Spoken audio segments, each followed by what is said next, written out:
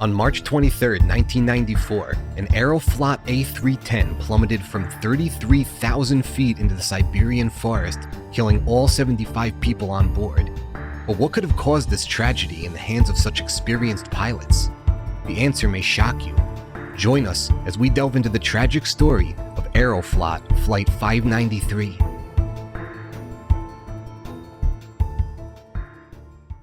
In 1992, Aeroflot, the Russian transport company, embarks on a bold journey to rebrand itself as a modern airline, shedding its old Soviet-era image.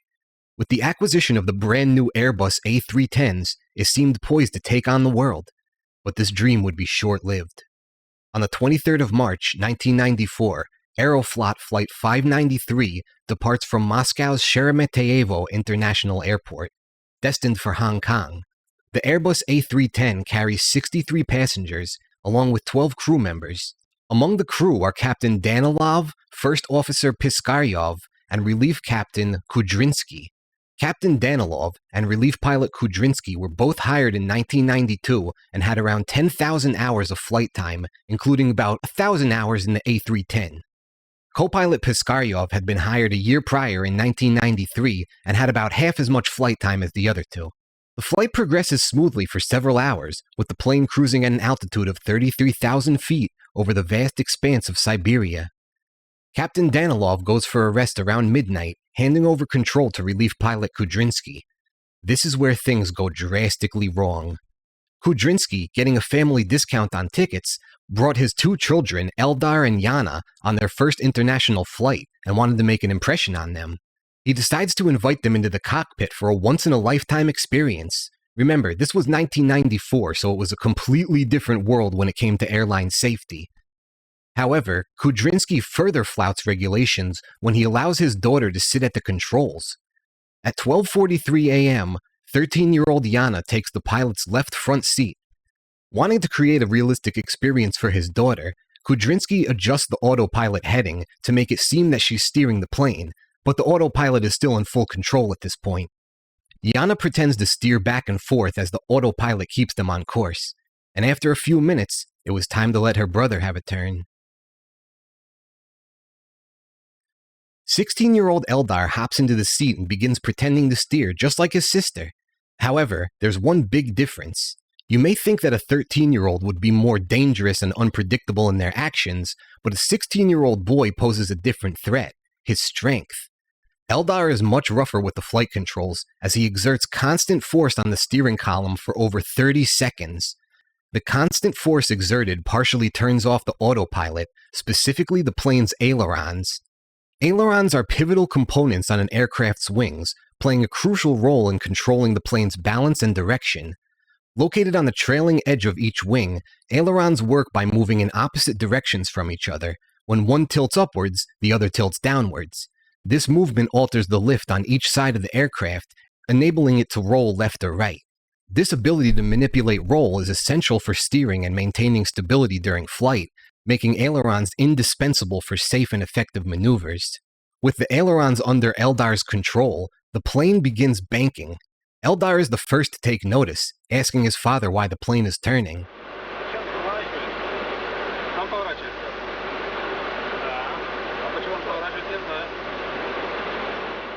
The pilots on board had trained with Soviet planes that had audible alerts and didn't take notice of the visual alert on this plane. At this point, enough force had been exerted for long enough to shut off the autopilot system completely.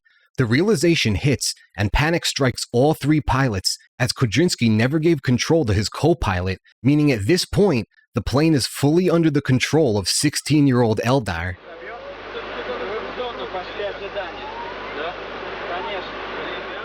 By the time Eldar and First Officer Piskaryov notice that something is wrong, the plane has already banked past 45 degrees. Captain Kudrinsky and First Officer Piskaryov quickly realize the plane is no longer on its intended course.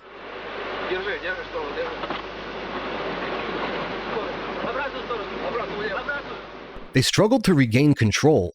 However, the combination of disrupted airflow over the wings and conflicting inputs from Eldar and Piskaryov renders their efforts ineffective. The aircraft, now nearing 90 degrees of bank, enters a dangerous stall. In the confusion, Piskaryov and Kudrinsky provide contradictory commands, further exacerbating the situation.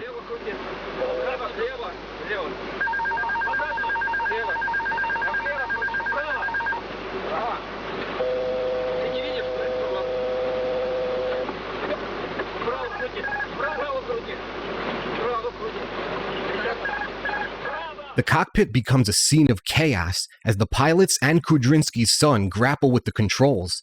The plane's bank angle and pitch become more extreme, leading to an uncontrollable spiral dive.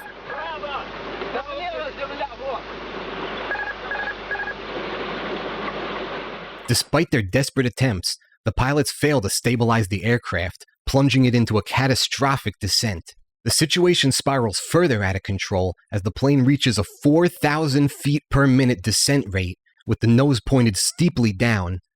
An automated system attempts to correct the stall, but the aircraft is now in a steep dive, accelerating dangerously. The G-forces increase dramatically, warping the aircraft's structure. Kudrinsky shouts for Eldar to leave the seat, but the immense force pins him down, preventing any movement.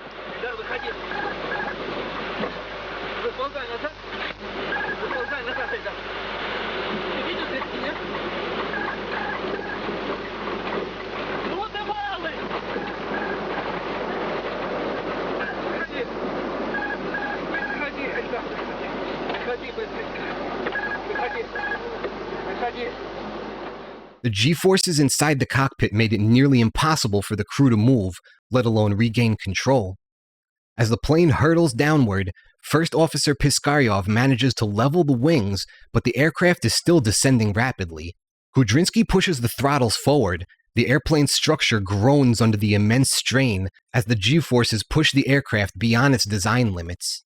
As Eldar scrambles out of the seat, he inadvertently steps on the right rudder pedal, sending the plane yawing sharply.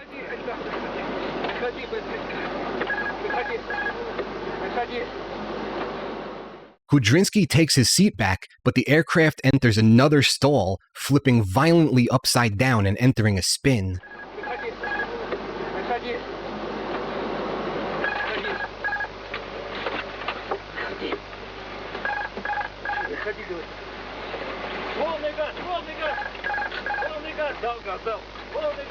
The altimeters decline at a terrifying rate, the ground rushing up to meet them. Despite their desperate attempts to stabilize the plane, the situation remains dire. Kudrinsky and Piskaryov's frantic efforts momentarily stop the spin, but it's too late.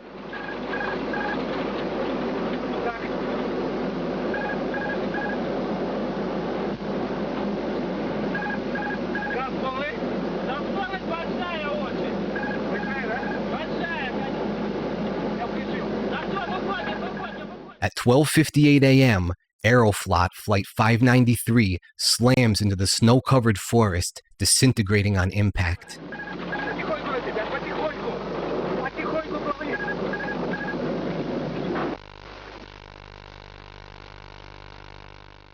The horrific crash carves a scar through the Siberian wilderness, leaving no survivors among the 75 passengers and crew. The tragic end of Aeroflot Flight 593 marks one of the most devastating and bizarre air disasters in aviation history. The crash of Flight 593 leaves a horrific scene in the Siberian forest, and it takes hours for rescuers to reach the remote crash site. The wreckage is strewn across a snow-covered mountainside, and it quickly becomes clear that there are no survivors. As emergency teams work to secure the site and recover the bodies, the tragic news spreads across the globe, shocking the aviation community and the general public. The investigation into the crash is led by the Interstate Aviation Committee, or MAK, an international body responsible for aviation regulations and accident investigations in the former Soviet Union. Within days, investigators retrieve the flight data recorder and the cockpit voice recorder and send them to France for analysis. What they find is nothing short of shocking. The MAK's final report confirms that the accident was caused by a series of critical errors.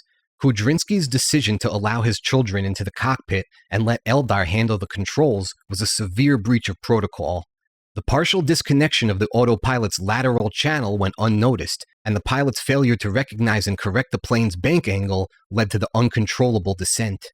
The investigation also criticizes Airbus for the design of the autopilot system, which did not adequately alert the crew to the disengagement of the lateral channel. Additionally, the report highlights deficiency in the pilot's training, particularly regarding the A310's automated systems and recovery techniques.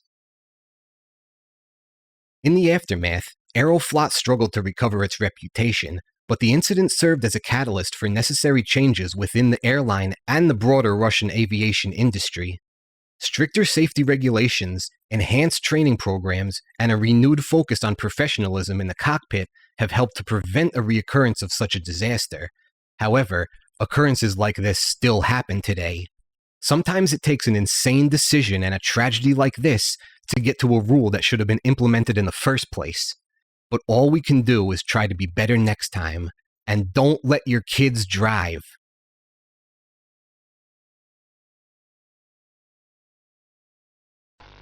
Пошел, да? Слева идет самолет? Неверно, да? Справа. Нормально, подсказывай. Сейчас вправо пойдет.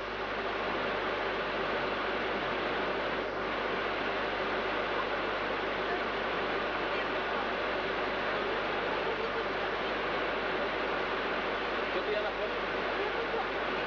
Зачем?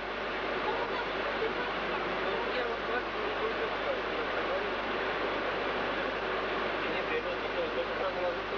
Я думаю, что не интересно, что будет информация. Мы сработали за нас. Ну что сказать?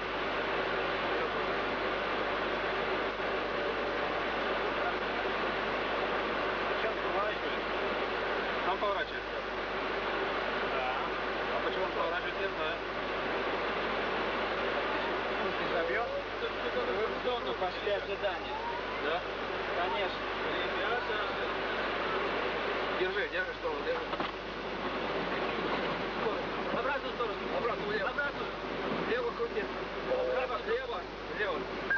В обратную. Влево. А влево крути. Вправо. Вправо.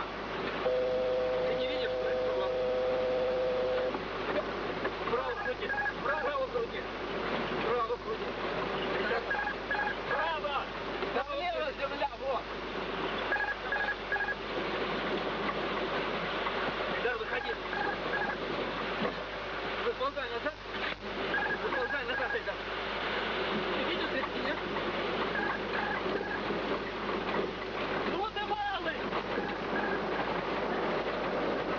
Выходи! Выходи, Эльдар! Выходи быстрее! Выходи! Выходи!